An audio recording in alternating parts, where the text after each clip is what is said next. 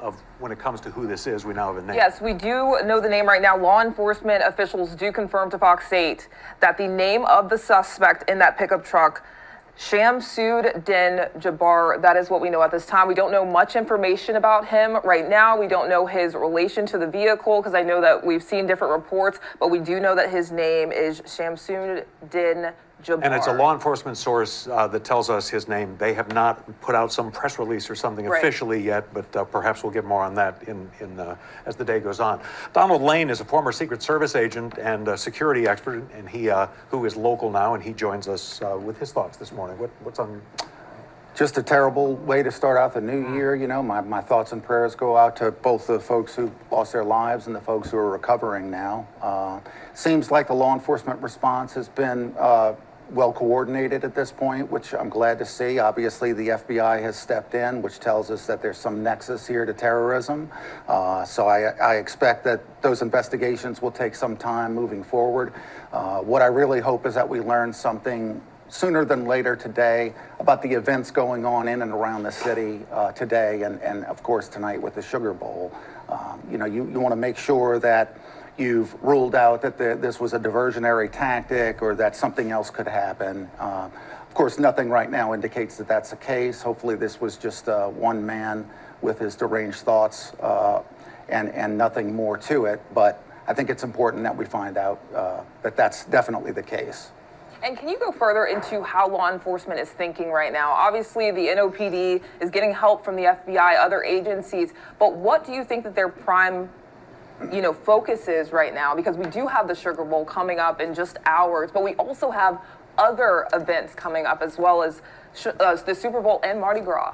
You know, there are a number of different priorities. The immediate priority is to make sure that there are no other attackers or any explosive devices anywhere in the area. And that will be the first, level of attack on this. You want to find out as much as you can about the suspect, what his motivations were, who he may have been working in conjunction with is very important. So that's going to be another area. Yeah, and sometimes, with someone who's traveling, that can be cell phone contacts. There are, some people cover their tracks better than others, if you will. So what kinds of information would they be looking for? They'll be looking at is any cell phone activity that came in or out. If they, in fact, have his cell phone, they're going to be looking at any cameras that would have picked him up traveling, not only here in the local area, but in the state and perhaps in other states to track his movements into the New Orleans area. They'll be looking at, again, any associates, whether he's native to, I think it's safe to assume he's not native to America, but how long he's been stateside. So they'll be looking at that. And if they do find a place where he was staying, of course, that's an additional cadre of information that they would have, hopefully some computers involved to see what his mindset was, any social media that he may have. Did he post a manifesto, So there's just a number of different things that need to be vetted at this time, and I have no doubt that they're doing that. And speaking of that mindset, obviously officials found improvised devices in that vehicle. It could have been way worse than what happened, and especially if that car did not hit that machinery. Can you talk about the mindset that you would think, seeing the evidence that we have now, of where his state of mind could have been? And suspected devices. Suspected devices, yeah. I mean, his mindset would have been to take out as many people as possible. I think that's pretty clear. He went around barricades in this case. He used a vehicle as a weapon, a large vehicle as a weapon, which obviously killed folks. In conjunction with that, we're hearing, although it's not confirmed, that he had IEDs, improvised explosive devices in the device that maybe he intended to throw out into the crowd or, perhaps place them somewhere afterwards. I'm not sure. But his mindset would have been to create as many casualties as possible, no doubt. And I don't think that this person expected to live through this attack. So he was motivated all the way to get this done, unfortunately. But he had an assault-style rifle in there in addition to a pistol, so he had multiple ways to be lethal, it appears. Yes, he was ready to go. He had all of the factors of death, implements of death around him that he wanted to use, and he was able to use them. Thank God the police responded in the time that they did to stop this. And can you talk about the timing of it? Because it happened around right after 3 o'clock. You know, it could have happened. I heard Meg talking about it earlier. It could have happened, you know, right after, you know, the revelers were ringing in the New Year's, but it was specifically at 3 o'clock. And we talked about those bollards that, you know, are under construction. They're trying to figure out those. Why do you think that the timing could have been, you know, more like it was on purpose per se? Well, you know, there's no telling. I mean, could he have caused more damage had he done it a little earlier when perhaps folks hadn't gone home yet? Yes, but you don't know what his access to that site was at that time. There may have been more of a police presence in his mind at that point, so he didn't act then. And he started to act later once he saw that lesson or there was a gap. So I think as we move forward, we'll find out exactly why did he pick this time. We don't know how long he was hanging around. Correct. If you will. Exactly. Going forward here, you know, the bollards themselves will presumably by the Super Bowl, you know, be in place with the construction work that's going on.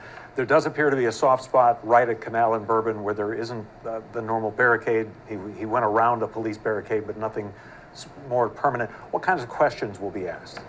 Well, I think they're going to look at the security plan that was already in place.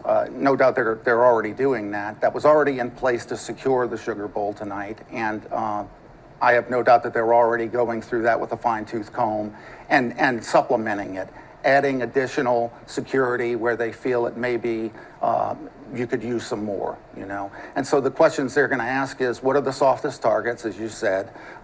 Where are any choke points or vulnerabilities here that we need to be aware of? And then it becomes a matter of hardening those up. You know, when you have a soft target, when there's nothing, no physical barrier there, it makes it a lot easier for something like this to happen. It's almost like a former levee director once told me, the problem with this planning situation is you always prepare for the last hurricane. Right. And in a way, I mean, in law enforcement, you have to be really anticipatory, if you will. You have to really, you know, where are my soft targets? What could someone do? And that's tough in a democracy. It is, but you have to think ahead. You know, there's nothing wrong with identifying those things. How you implement them becomes another matter. But identifying them and having a plan to move forward if you need to do that is the most important thing. And with your experience looking at this situation, again, it's still in the preliminary stages. We're learning new details as time goes on. Is there anything unusual that sticks out to you? Anything that's just like, wow, this is interesting?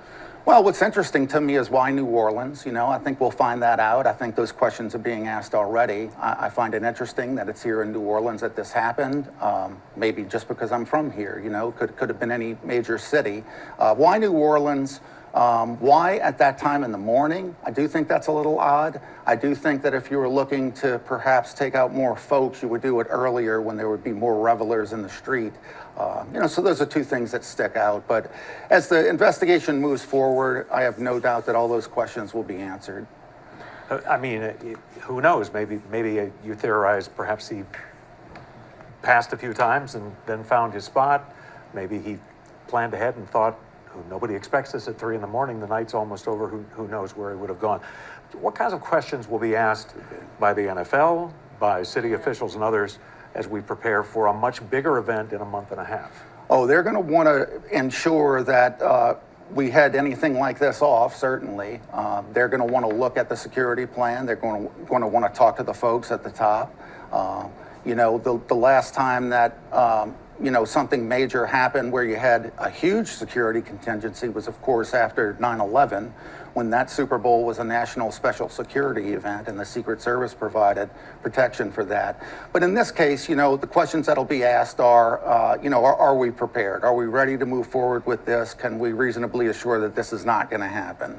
And those questions will definitely be asked. And right now, it seems like officials are really trying to make sure that the people who live here, our viewers out there, are feeling calm, because even though this happened, they're saying like that those 8 blocks of Bourbon, that shut down, but they could be shutting down more streets. But they're still saying, go about your day, go enjoy the Sugar Bowl festivities, just stay away from this part of the French Quarter.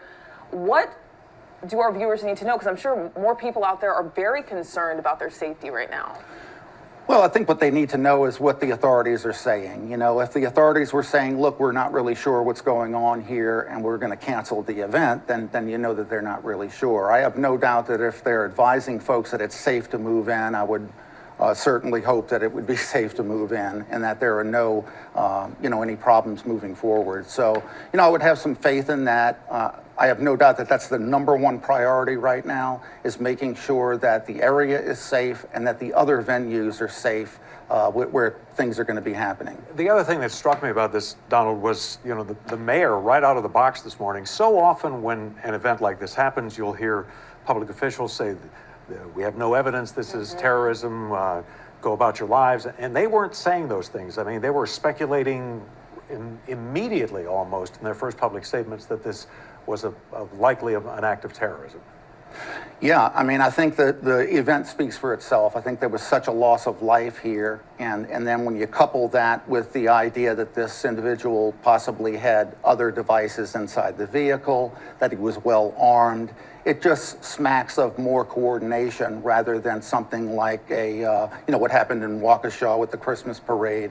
This seemed a little more planned out ahead of time in advance. And I think that's why it was taken so seriously from the very beginning. And I think about, we said, and we had reported that around 300 officers were already patrolling the area in the French Quarter for all of the festivities. But you even saw in the video that we kept showing just them running towards that scene. And even though we are still having manpower issues with the NOPD, what would you say about their response? Would you say that this is a step in the right direction, seeing that they could handle a situation like this? Oh, absolutely. I think the NOPD did a wonderful job. They took the suspect out, first of all, and that's very important. He wasn't able to take any more lives. I think it's definitely, look, the officers of the NOPD, I've known many of them for many, many years. They're very dedicated folks, and I have no doubt that they did the best job they could here. And now they're working with their federal counterparts to continue this investigation. So I would say they did very well under the circumstances.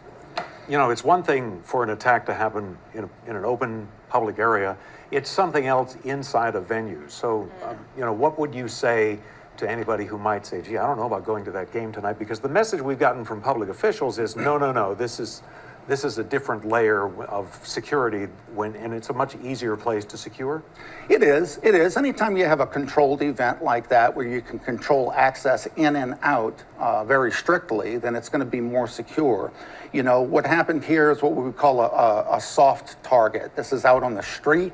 We're not vetting people coming in or out of the area. We have some barricades up, but if you have a vehicle, you can ram through barricades and get around them. Whereas when you're dealing with the Superdome or events like that, you have checkpoints, places that people are going through. They're going to be screened.